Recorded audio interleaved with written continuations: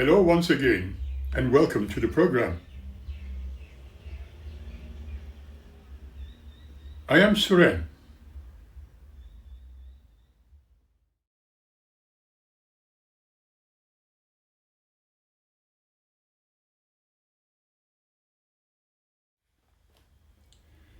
Global unhappiness is increasing due to a combination of factors including poverty, poor communities, hunger, loneliness, and scarcity of good work.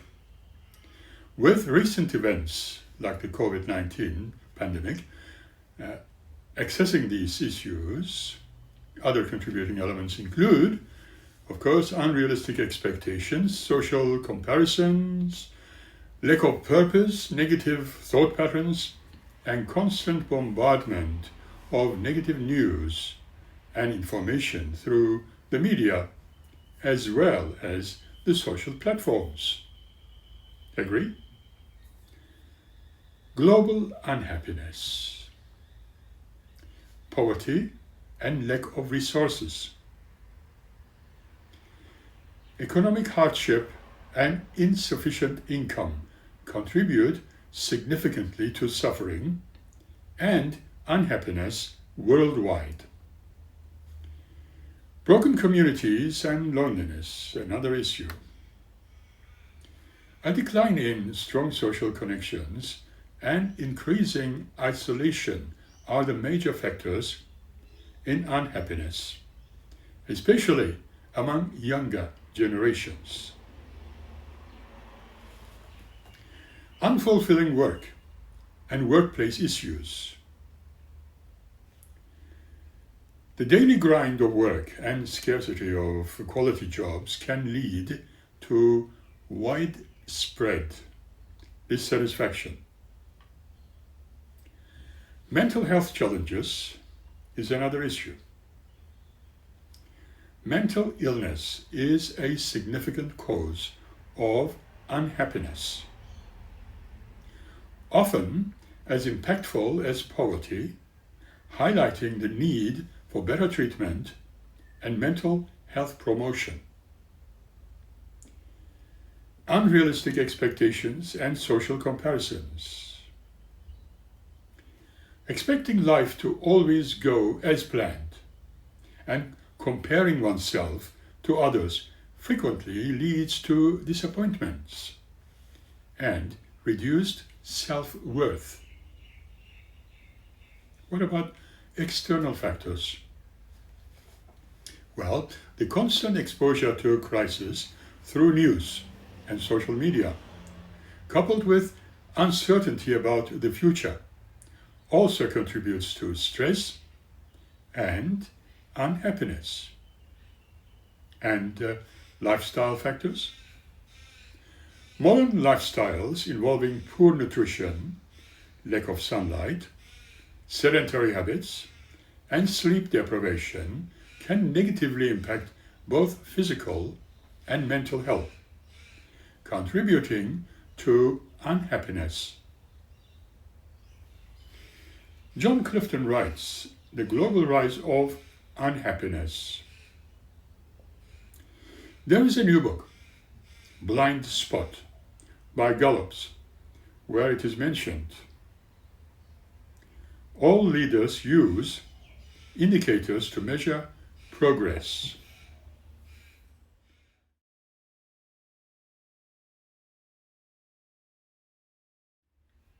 If you ask CEOs what indicators they follow most closely, they would probably say revenue growth or share price. With world leaders, it is harder to know. Would they speak of GDP or the question unemployment?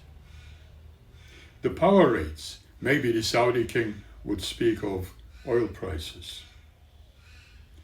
One cannot be sure what their answer would be, but they would probably say nothing like that. None of them would say a thing about happiness. As a result, none of them really know just how much unhappiness there is in the world of today. And that is concerning because unhappiness is now at a record high. People truly feel more anger, sadness, pain, worry, and stress than ever before. The pandemic made everyone absolutely miserable. Why is that surprising? COVID-19 was bad for everyone, but we cannot blame the rise of unhappiness on the pandemic alone. Global misery was also rising well before the pandemic.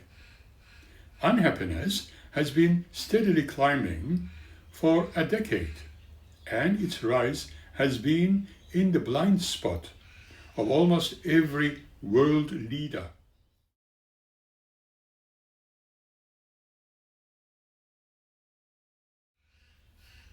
Experts know how to count almost everything: CO2 emissions, the size of urban slum population, the contribution tourism makes to every country's economy, and even the number of trees in the Sahara Desert. But while experts seem to count almost everything, they don't systematically measure how people feel. Happiness has been rising worldwide for a decade, but almost every world leader missed it. Why? Because they were focused on measures like GDP and unemployment issues. Almost none of them were paying attention to how people were feeling. Now, dear 7.7 billion world citizens, how are your lives going? In 2006, Gallup began conducting global research on subjective well-being, which is used interchangeably with happiness. The goal of this research was to definitively report country by country how people's lives were going from their perspective. What is for the world is getting more stressed? Question mark. Where are people more hopeful? Were they getting angrier? You bet. Thousands of interviewers have now sat with people in their homes or called them on telephone, asking them about their lives. This work now represents more than 98% of the world's population, and as of this presentation, includes over 5 million interviews. It is remarkable to see how open people are about sharing their sadness, their pain, or their anger. But it is also concerning that so many more people are sharing these negative emotions.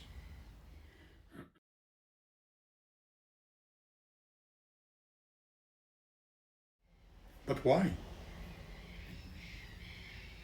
Why are so many more people feeling this way? The answer has to do with an inequality the world is now familiar with. Leaders understand of income inequality, the growing divide between the financial haves and have-nots. What they are not familiar with is the growing divide between their haves and have-nots of a great life. And that is called the well-being inequality. At the beginning of every well-being survey, people are asked to tell us how good of a life they have. Here is the question verbatim as we read. Please imagine a ladder with steps numbered from 0 at the bottom to 10 at the top. The top of the ladder represents the best possible life for you, and the bottom of the ladder represents the worst possible life. On which step of the ladder would you say you personally feel you stand at this time? When it was first asked, the question in 2006, 3.4% of people told Gallup their lives were at 10, the best possible life. And only 1.6% said their lives were at 0, the worst possible life. After 15 years of tracking, these numbers have shifted significantly. The number of people living their best lives has more than doubled to 7.4%, while the number of people living their worst lives has certainly become more than quadrupled, 27.6%. But it gets worse. If you isolate the 20% of people globally who rate their lives are the best and compare them with the 20% of the people who rate their lives the worst, you find just how unequal the world is becoming in terms of well-being and happiness. In 2006, the 20% of the world who rated their lives the best had an average life rating of 8.3. The 20% who rated their lives the worst had an average life rating of 2.5. Now, look at 2021. The 20% who rated their lives the best had an average life rating of 8.9, and 20% who rated their lives the worst had an average life rating of 1.2. The gap in those life ratings is now 7.7 points, the highest in the history of Gallup's tracking. The top 20% of the world could hardly be doing better, and the bottom 20% could hardly be doing worse. One might think that income inequality explains well-being inequality and therefore rising unhappiness.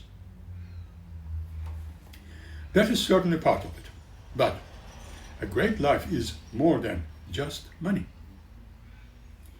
After studying the 20% of people who reported having a great life, go up finding they have 5 things in common. They are fulfilled by their work, have little financial stress, live in great communities, have good physical health, and have loved ones they can turn to for help. The 20% of people who reacted that their lives were the worst have very little of any of those things. They don't have a quality job. Their income is not enough to get by. They live in broken communities. They are hungry or malnourished, and they don't have anyone in their life that they can count on for help. Probably they are forced to help the others. And the 20th or 20% who rate their lives this low are getting sadder and more stressed and angrier than ever before. The point of Gallup's new book, Blind Spot, is to show where the world is suffering and how it can improve. We cannot obviously make the world better if we do not know how it is doing.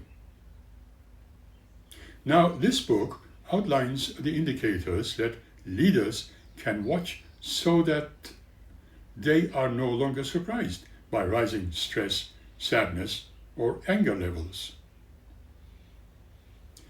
Who are the happiest? Julie Ray writes in answer to this question. Unhappiness continued to rise worldwide in 2021 as the world overall became a sad, more worried, and more stressed out place. But in two countries, Afghanistan and Lebanon, more people were living in misery than anywhere else on the planet. It was some time ago, Afghanistan and Lebanon posted the two highest scores in the world, 59 and 58. On Gallup's Negative Experience Index, which is a composite measure of people's daily experiences of sadness, stress, worry, anger, and physical pain. Higher scores on the index mean more of a population is experiencing these emotions. The high scores of Afghanistan and Lebanon in 2021 notably displayed Iraq, which still ranked among the top most miserable countries, from the number one spot in the Negative Experience Index that it had occupied for the 2 previous years. In fact, Iraq posted similar to Afghanistan's and Lebanon's current scores throughout its war against the Islamic State group. Most of the countries where the highest scores on the Negative Experience Index were contending with some type of economic or political instability in 2021 that is mirrored in their emotional health.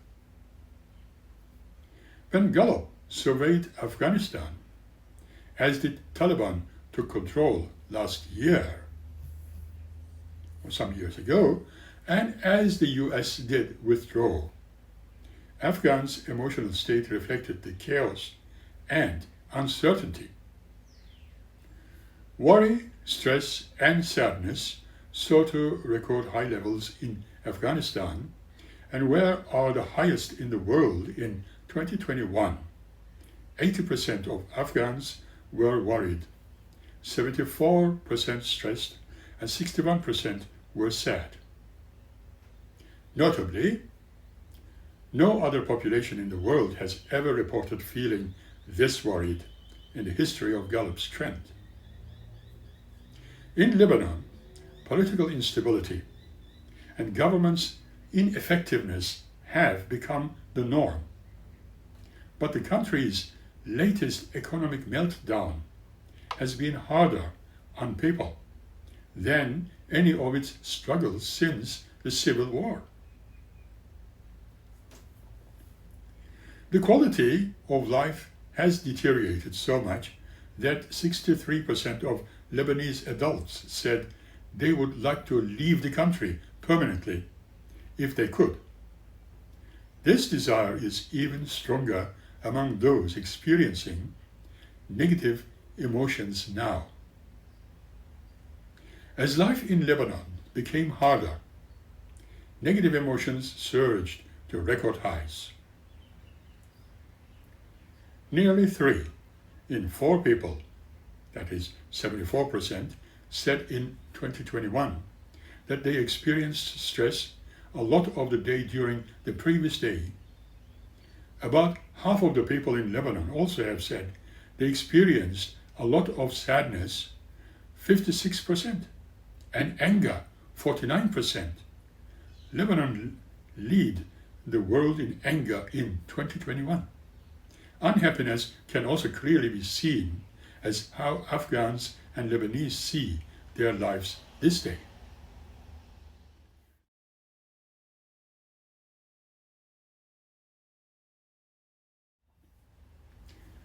There are 2 parts to subjective well-being: how someone sees their life and how they live their life. The first part is an overall assessment of their life evaluation. The second is how they experience their life each day. their emotions. Both are important because they measure different things, and together they provide deeper insight into people's lives.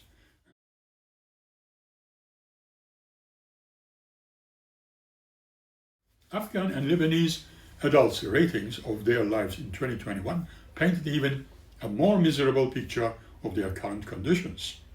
In addition to having the worst emotional health in the world 2020, Afghan and Lebanese also rated their lives as the worst, with Afghans rating their lives 2.4 on a scale from 0 to 10. And 0 is the worst. And Lebanese adults rating their lives as 2.2. Afghans place themselves at the bottom of the ranking, and this is not new. On the average, Afghans have rated their lives lower than a 3 since 2017. But Lebanon's presence on the lowest life ratings list is a more recent phenomenon.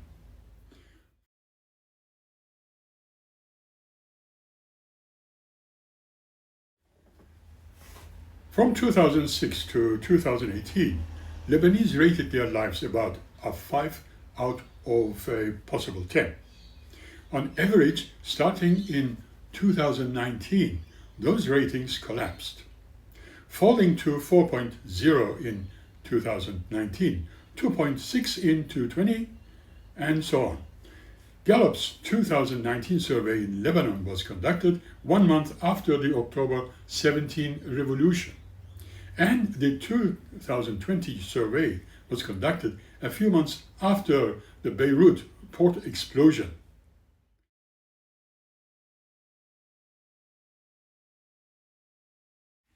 To bring these data into sharper relief, while 25 of 24% rated their lives at a 3 out of 10 or lower, Lebanese adults and 87% of Afghan adults rated their lives the same way.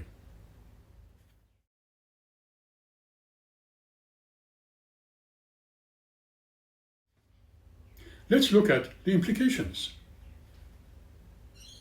During the second year of the pandemic, people were living with even more uncertainty than the previous year, with more people dying from COVID-19, despite the rollout of vaccines. Think about it. Yet the pandemic is not entirely to blame for the increase in negative emotions. Data shows that the world has been on a negative trajectory for a decade now. Gallup's latest book, Blind Spot, investigates why the world is on its current course and what the leaders can do about it. Julie writes further, Washington, D.C. The second year of the pandemic was an even tougher year for the world than the first one.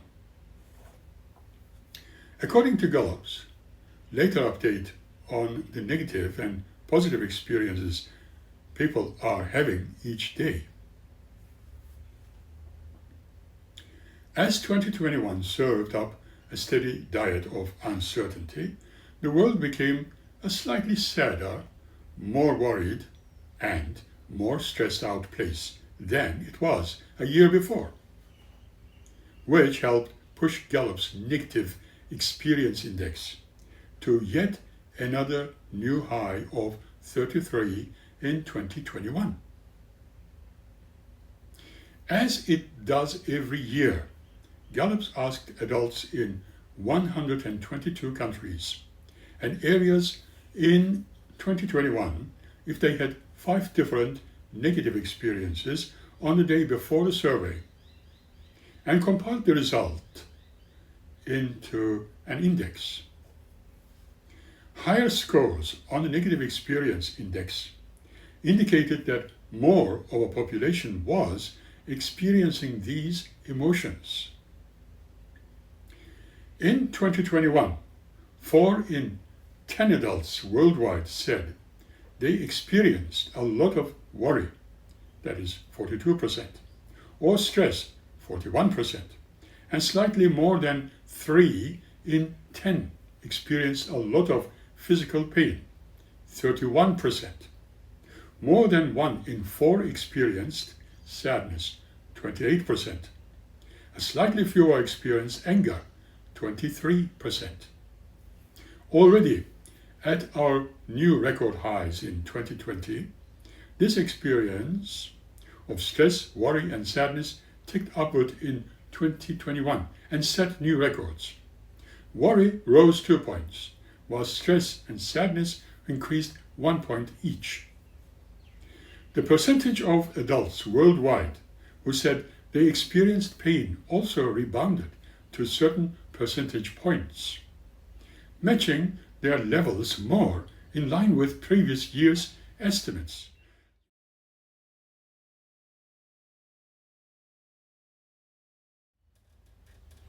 However, there was one bright spot. Reports of anger did not increase in 2021, dropping a single point from 24% in 2020. On the top of the increase in negative experiences, fewer people reported that they had positive experiences the previous day. After several years of stability, the positive experience index score in 2021, that was 69, dropped for the first time since 2018. The positive experience index is based on people's responses to 5 questions about positive experiences they had the day before the survey. Highest scores indicate that more of the population reported experiencing these emotions.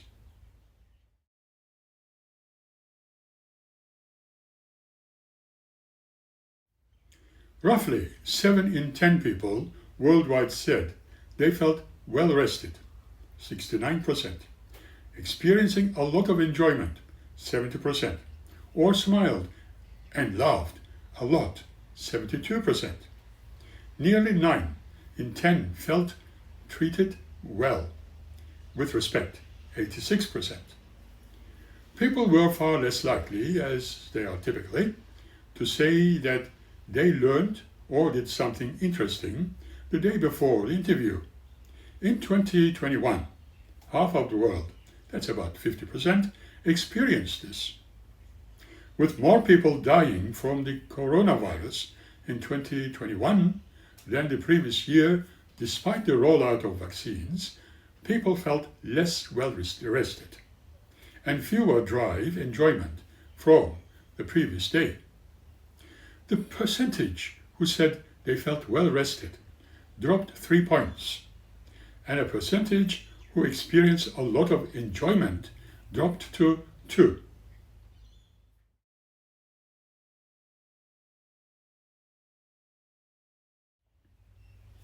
However, the picture was not entirely bleak. People were starting to smile and laugh again. The percentage of the people laughed or smiled a lot increased for 2 points, and the percentage who learned something interesting up to 1 point.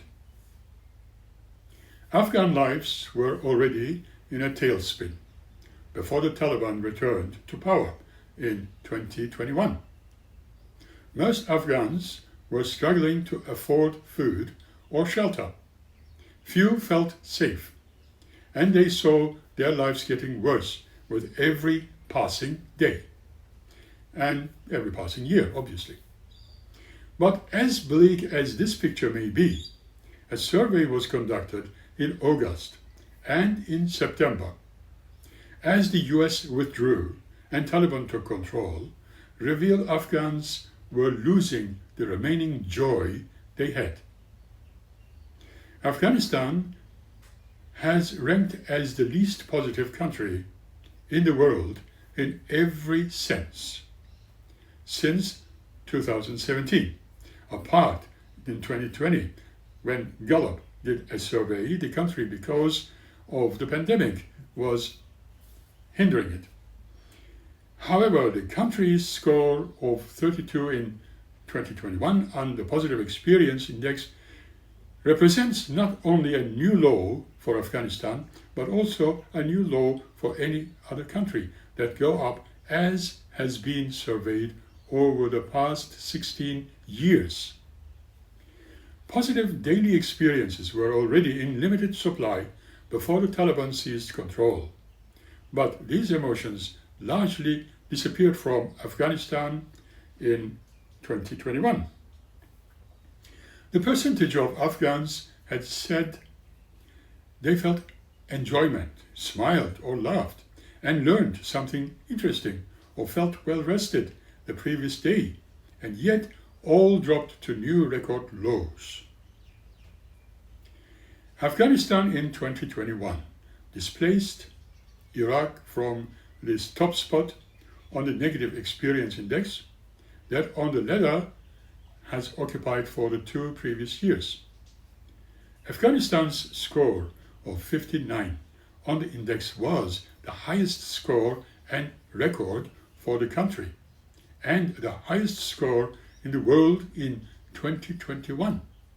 However, Afghanistan fails short of having the highest score and record for any country, as with the Central African Republic, which posted a score of 61 in 2017.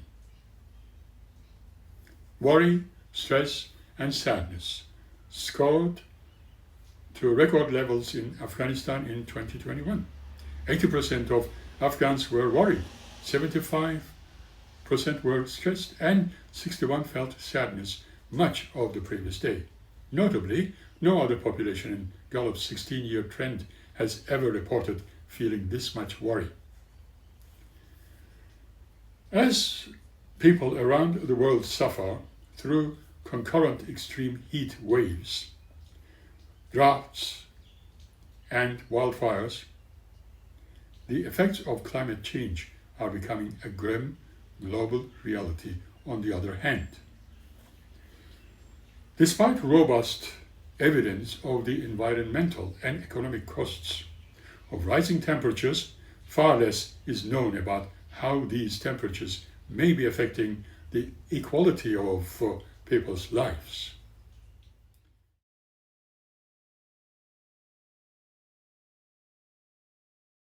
Every year, the Gallup asks people worldwide to rate their lives in the world. For this analysis, researchers examined 13 years of world data and people's life evaluations using geospatial information on 1.75 million survey respondents in 160 countries and 30 years of daily high-resolution temperature data from NASA. Gallup's used NASA data to map local temperatures in the 30 days before each survey, interacting to understand how exposure to high temperature days identified as outliers to this seasonal norm, affecting people's ratings of their lives. Given current climate projections, high temperature days could decrease life evaluations by an estimated 17% by 2030. The analysis paints a grim picture of the future, using observed heat trends from the past 14 years to predict the global rise in high temperature days over the next decade. The results suggest people will experience, on average, 3.1 such days in 2030, compared with 1.7 days in 2021. The accumulative effect of such days implies that, holding all else constant, rising temperatures will be associated with a drop in life evaluations 3 times greater in 2030 than in 2020. Rising temperatures correspond with a drop in people's well-being. Each time a person experiences a high temperature today, their life evaluation drops by an average of 0.56%. Globally, people faced 3 times more high temperature days in 2020 than in 2008, and people's ratings of their lives dropped by 6.5%, controlling for location and other factors known to influence people's life evaluations. This 6.5% is a meaningful decrease, considering that life evaluation has been a relatively stable measure since Gallup started tracking it. As the number of above normal temperature days continues to grow, the analysis suggests that life ratings will continue to drop, with considerable declines in life evaluations in countries with more frequent high temperature days. Rising temperatures have a more obvious effect on older generations and people in poorer economies and or developing economies such as China or Brazil.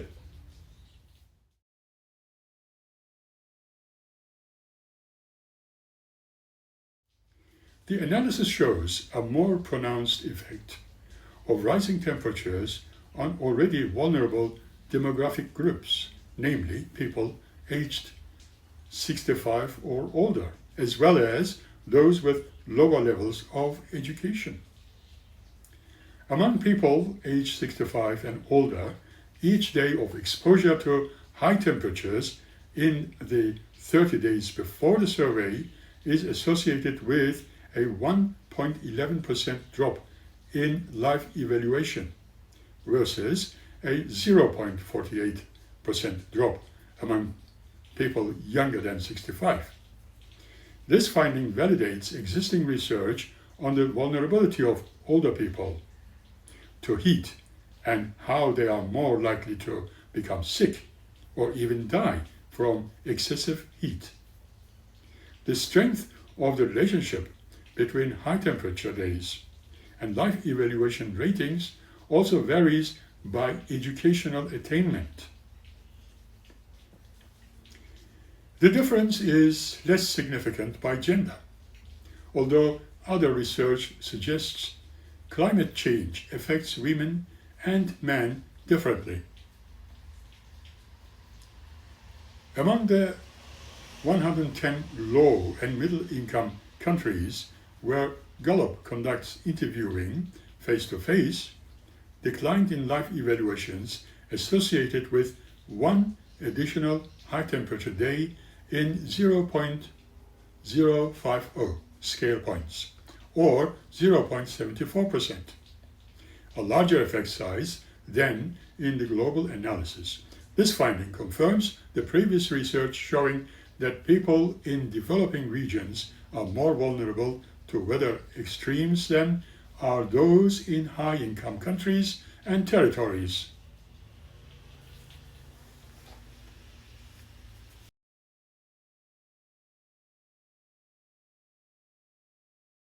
Significant negative relationships were seen individually in several of the world's most populated countries, including China, Turkey, Brazil, Nigeria, and Mexico.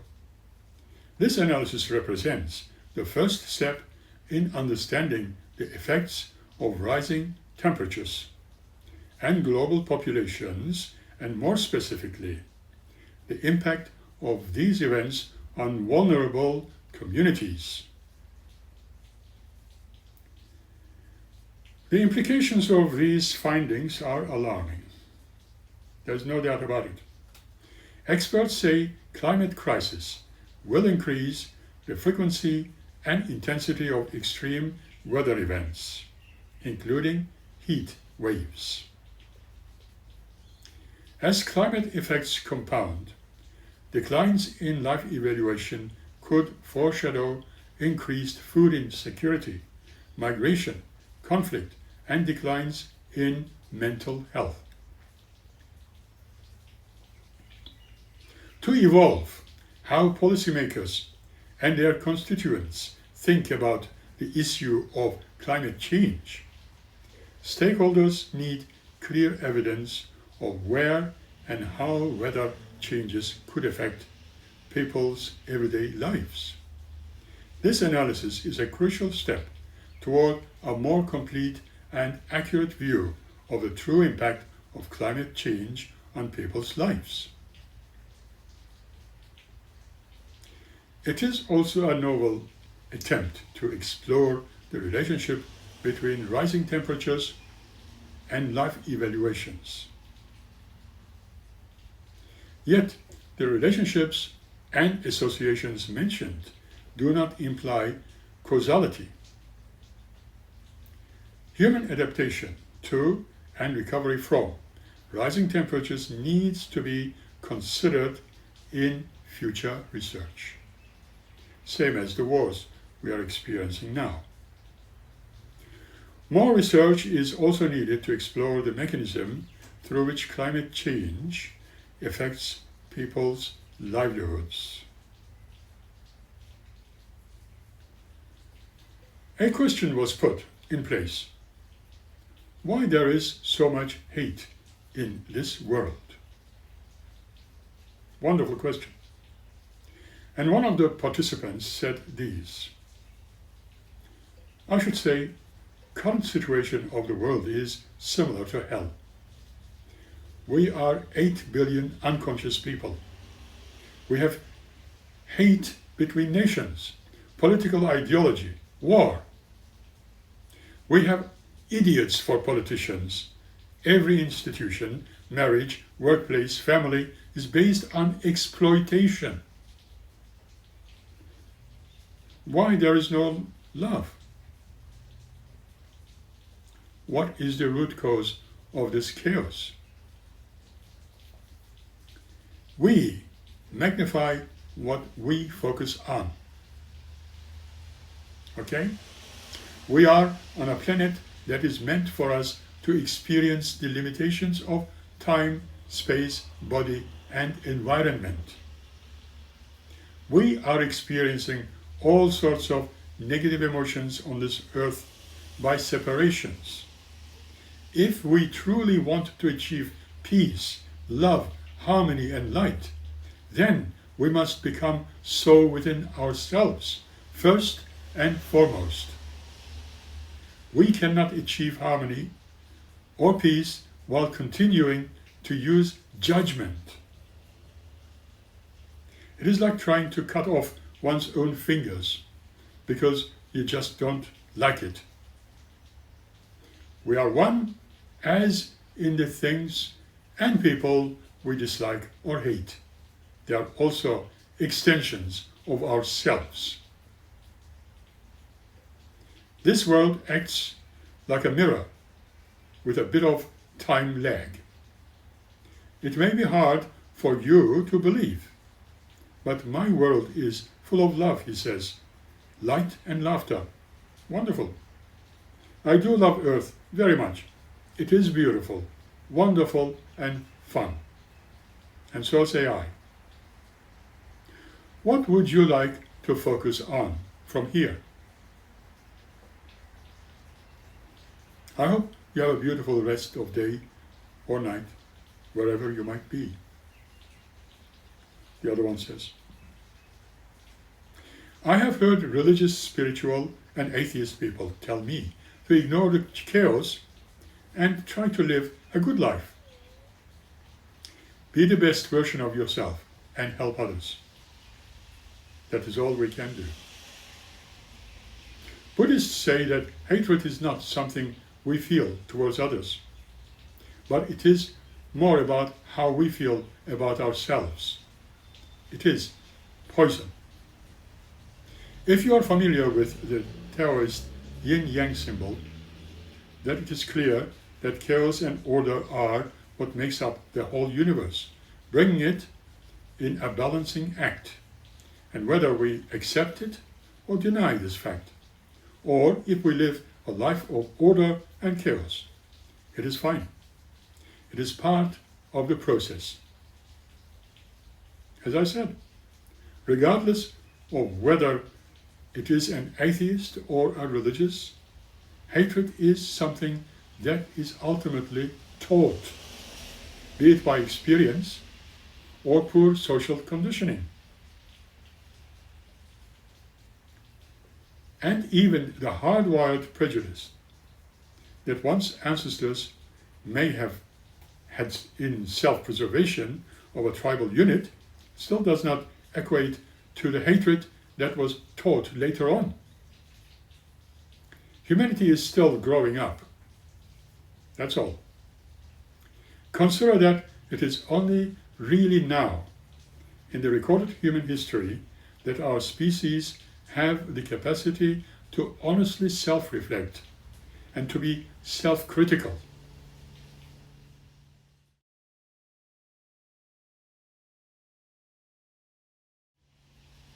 Prior to the internet, people were so immensely restricted in their access to information.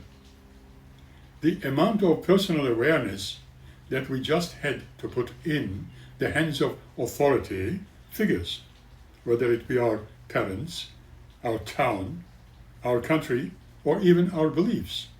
Our capacity to understand reality was vastly limited. Further back in history we go, the most severe the restrictions become. So you have a worldwide collection of groups of people, each desperately relying on their culture to dictate reality to them. The only knowledge that they have of other cultures arrives from those privileged enough to travel. And we all know the type of person that typically finds themselves wealthy, back to the time where it was mostly royals and politicians with motives of their own. Naturally, there is hatred, as hatred justifies conquest, leading to the expansion of an empire, kingdom, nation, or belief, further enforcing it and expanding control. Fast forward to today, and lo and behold, the internet has arrived. No longer can our parents dictate to us how we should live our lives, because 20,000 also show people in TikTok or Instagram are telling us how to do things differently. There is no homogeneous culture anymore. No wonder the conservatives, are panicking. So, for the first time in a very long time, perhaps ever, humanity now has the means, the technology, the very device you are listening or watching to, and the impetus to single source of concrete, certain meaning, to try to discover reality for themselves. Welcome to the age of Aquarius. I think it is a good thing that you feel this way. Now, it is time to try to understand what role hatred plays in our world. Why does hatred even exist? What role does it play in the perforation of life on Earth? What qualifies and what qualities does hatred instill or reinforce in the evolutionary timeline? What qualities does hatred instill in you, if you're one? And that's a long ass road leading to some very strange, even beautiful places. This is the prisoner leaving Plato's cave, Neo's awakening from the matrix, We are entering a mainstream period of humanity's self-reflection and growth from teenage angst and emotionally enter rationality, understanding, and wisdom. What a time to be alive, don't you say? Another said, there is at least an equal amount of love. open your hearts and your eyes. The news in media does not represent the reality of the world. Bad and controversial news generates a lot more clicks and revenue. Search for love, and you will find it in every corner. But most importantly, first you need to find it in your own heart. And so we have spoken about what might be the cause of unhappiness all around the world. Now let us concentrate once more on what really happens, and if we can educate people willing to have a go about the ways to be happy, would it help the entire world to become a happier and a peaceful place? Question mark.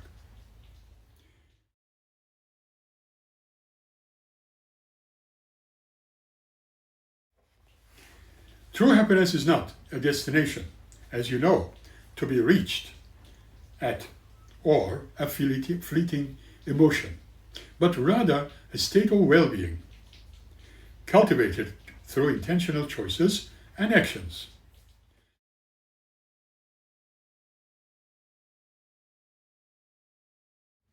It involves finding meaning and purpose in life, embracing positive relationships, practicing gratitude, and managing stress.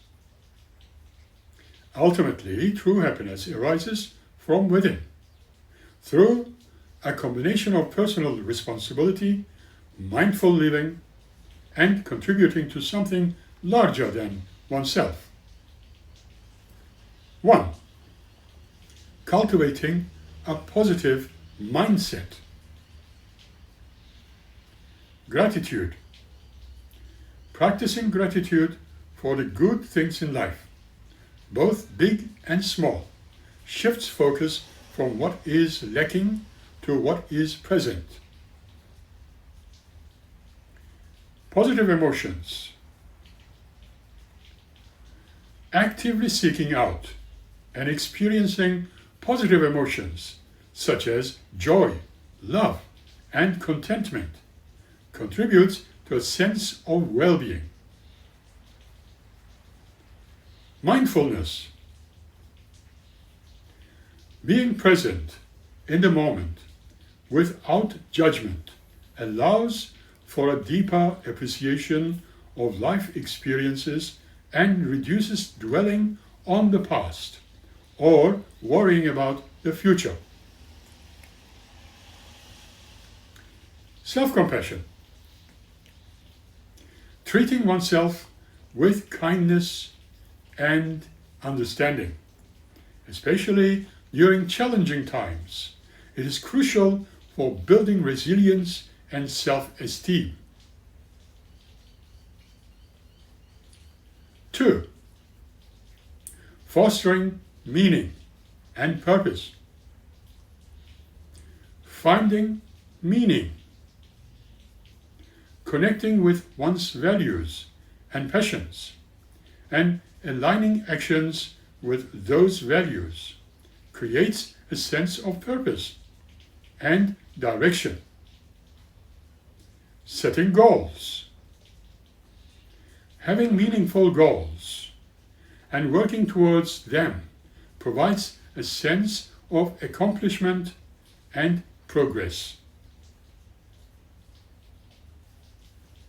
Contributing to something larger. Engaging in activities that benefit others or contribute to a cause greater than oneself can foster a sense of connection and belonging. 3. Building strong relationships. Healthy relationships. Nurturing positive and supportive relationships with family, friends, and romantic partners provides a sense of belonging, love, and connection.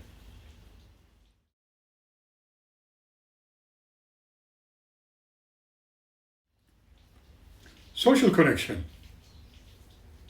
Engaging with others, participating in social activities, and building a strong social network can combat loneliness and isolation. 4. Prioritizing well-being. Physical health. Maintaining a healthy lifestyle through regular exercise, balanced nutrition, and sufficient sleep contributes to both physical and mental well-being. Managing stress. Developing healthy coping mechanisms for stress, such as mindfulness, relaxation techniques, or seeking support from others, is crucial for maintaining emotional balance. Self-care.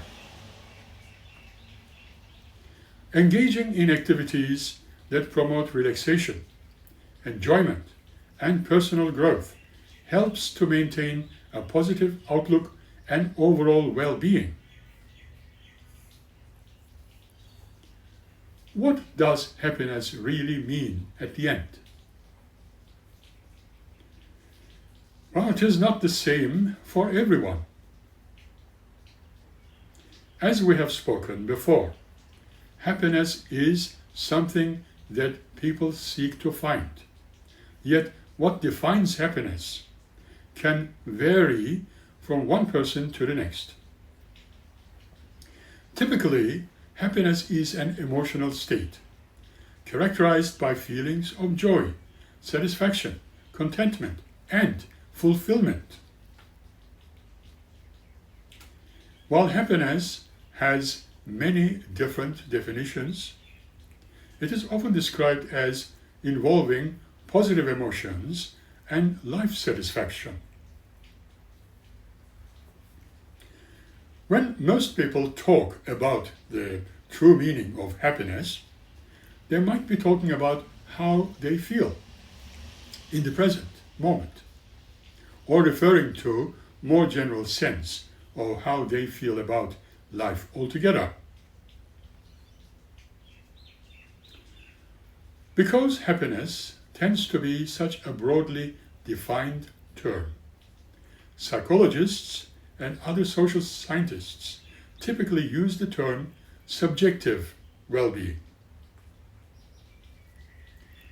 Just as it sounds, subjective well-being tends to focus on an individual's overall or general personal feelings about their life in the present.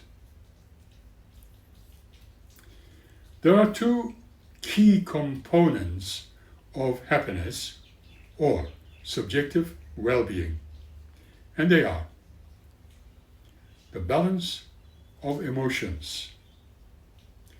Everyone experiences both positive and negative emotions, feelings, and moods. Happiness is generally linked to experiencing more positive feelings than the negative ones. Life satisfaction. This relates to how satisfied you feel with different areas of your life, including your relationships, work, achievements, and other things that you consider important. Another definition of happiness comes from the ancient philosopher Aristotle, who suggested that happiness is the one human desire, and all other human desires exist as a way to explain or to obtain happiness. He believed that there were 4 levels of happiness. Happiness from immediate gratification, from comparison and achievement, from making positive contributions, and from achieving fulfillment. Happiness as a total suggestion could be achieved through the golden means, which involves, of course, finding a balance between deficiency and excess. While perceptions of happiness may be different from one person to the next, there are some key signs that psychologists look for when measuring and assessing happiness.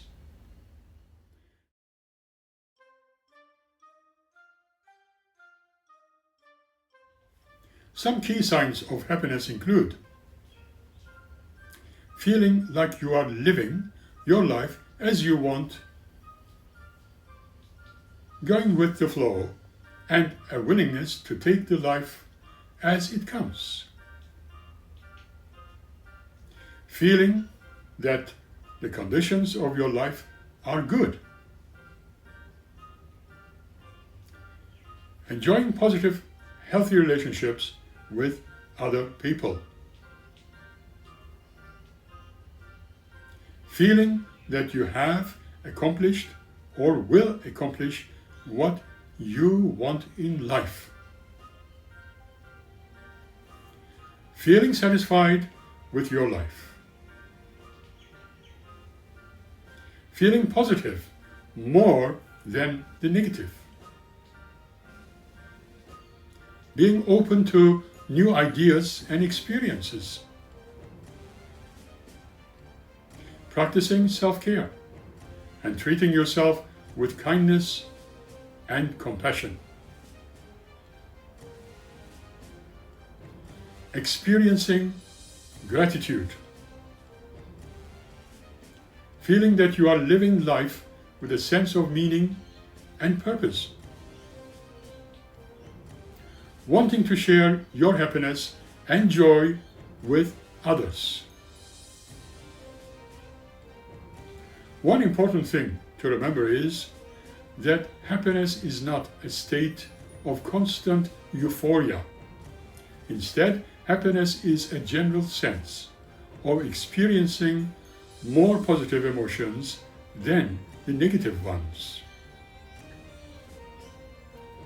Happy people still feel the whole range of human emotions. But when even faced with discomfort, they have an underlying sense of optimism that will get better and they will be able to feel happy again. Even people who have experienced terrible traumas can still experience happiness. However, it is important to recognize that it might be more difficult for them to obtain the balance generally associated with overall happiness. There are many different ways of thinking about happiness.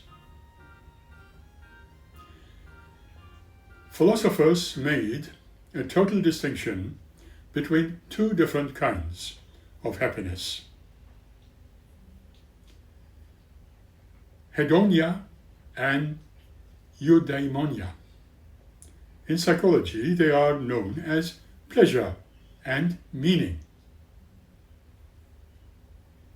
Psychologists have suggested also of a third component that relates to engagement. These are the feelings of commitment and participation in different areas of life.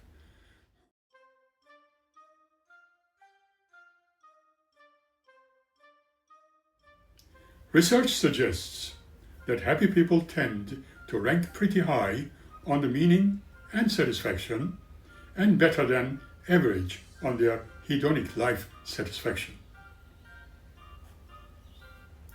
All of these can play an important role in this general experience of happiness, although the relative value of each can be highly subjective.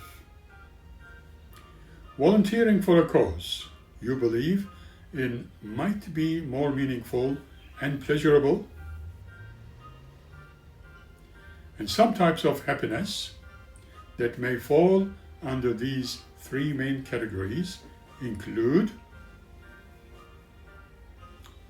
joy, which is often relatively brief feeling that is felt in the now. Excitement, which is a happy feeling that involves looking forward to something with positive anticipation. Gratitude, which is a positive emotion that involves being thankful and appreciative. Pride, which is a feeling of satisfaction and is something that you have done well. Optimism, which is a way of looking at life with a positive outlook. Contentment, which is a type of happiness involving a sense of satisfaction. The question remains, how to cultivate happiness? Some people tend to be naturally happier, and there are many things you can do to cultivate your sense of happiness. Achieving goals that you are intrinsically motivated to pursue, particularly those which are focused on personal growth and community, can help boost happiness. Pursuing these types of intrinsically motivated goals can increase happiness more than pursuing extrinsic goals like gaining wealth or status. Enjoying the moment. Some people tend to over-earn. They are so focused on accumulating things, they lose track of actually enjoying what they are doing. Rather than falling into the trap of mindlessly accumulating to the detriment of your own happiness, you would do better by focusing on practicing gratitude for the things you have. You may need to reframe negative thoughts. If you find yourself stuck in a pessimistic outlook, look for ways that you can reframe your thoughts in a more positive ways. Reframing negative perceptions is not about ignoring the bad ones. Instead, it means trying to take a more balanced, realistic look at events. And that allows you to notice patterns in your thinking and then challenge the negative thoughts. Another way to cultivate happiness and to make sure that you are able to maintain your happiness is to stop comparing yourself with others. Focusing on what others have is a sure way to feel envy and regret. Instead, focus on the good things in your own life. Why is happiness so important, would you say? Simply said, it predicts positive outcomes in many different areas of life, such as mental well-being, physical health, and longevity. I will repeat once again. Positive emotions increase satisfaction with life. Happiness helps people build stronger coping skills. Positive emotions are linked to better health and longevity. Positive feelings increase resilience and helps people better manage stress and bounce back better when faced with setbacks. Many report having a positive state of well-being, and those are the ones who are more likely to engage in healthy behaviors, such as eating healthier ways, like eating fruits and vegetables more often, and doing regular exercise, for instance. Being happy can help you get sick less often, and such mental states are always linked to increased immunity. If you are trying to improve your happiness, cultivate social, solid connections, and it is a great start. Consider deepening your existing relationships and explore ways to make new friends. Exercise is good for both your body and your mind. Physical activity is linked to a range of your physical and psychological benefits, including improved mood. In one analysis on the connection between physical activity and happiness, it is found a consistent positive link. Even a little bit of exercise produces a happiness boost. People who are physically active for as little as 10 minutes a day or working out only once a week have higher levels of happiness than people who never exercise, never move.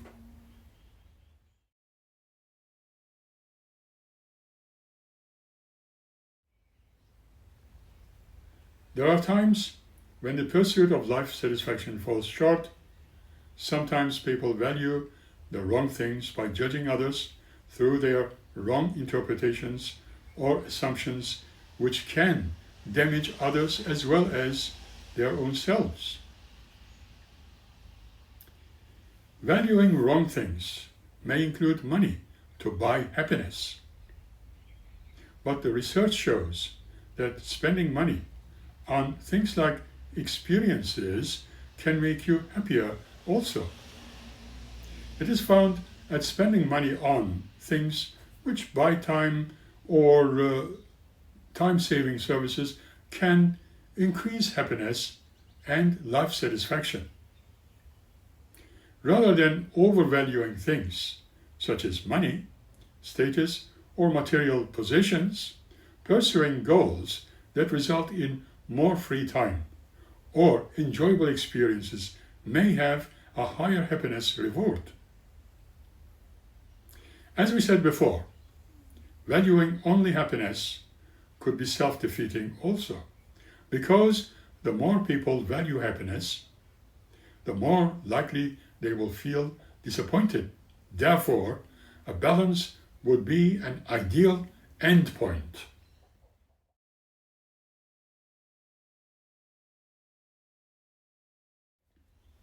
Perhaps the lesson is not to make something as broadly defined as happiness as being your goal, instead focusing on building and cultivating the sort of life and relationships that bring fulfillment and satisfaction to your life. It is also important to consider how you personally define happiness. Happiness is, in fact, a broad term that means different things to different people. Rather than looking at happiness as an endpoint, it can be more helpful to think about what happiness really means to you, and then work on small things that will help you become happier.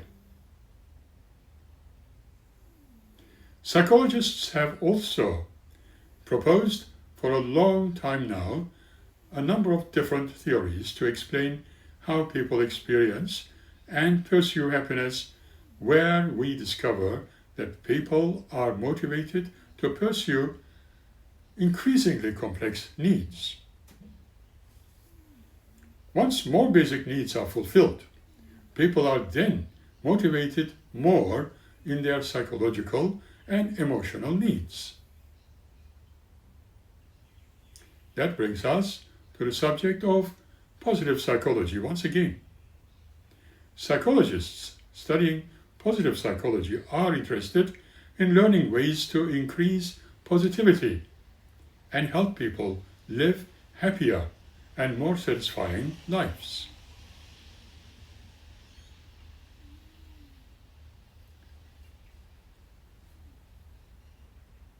With that, let's end this session and the episode. We will meet you again by the next episode. Until then, keep smiling and be happy. Thank you.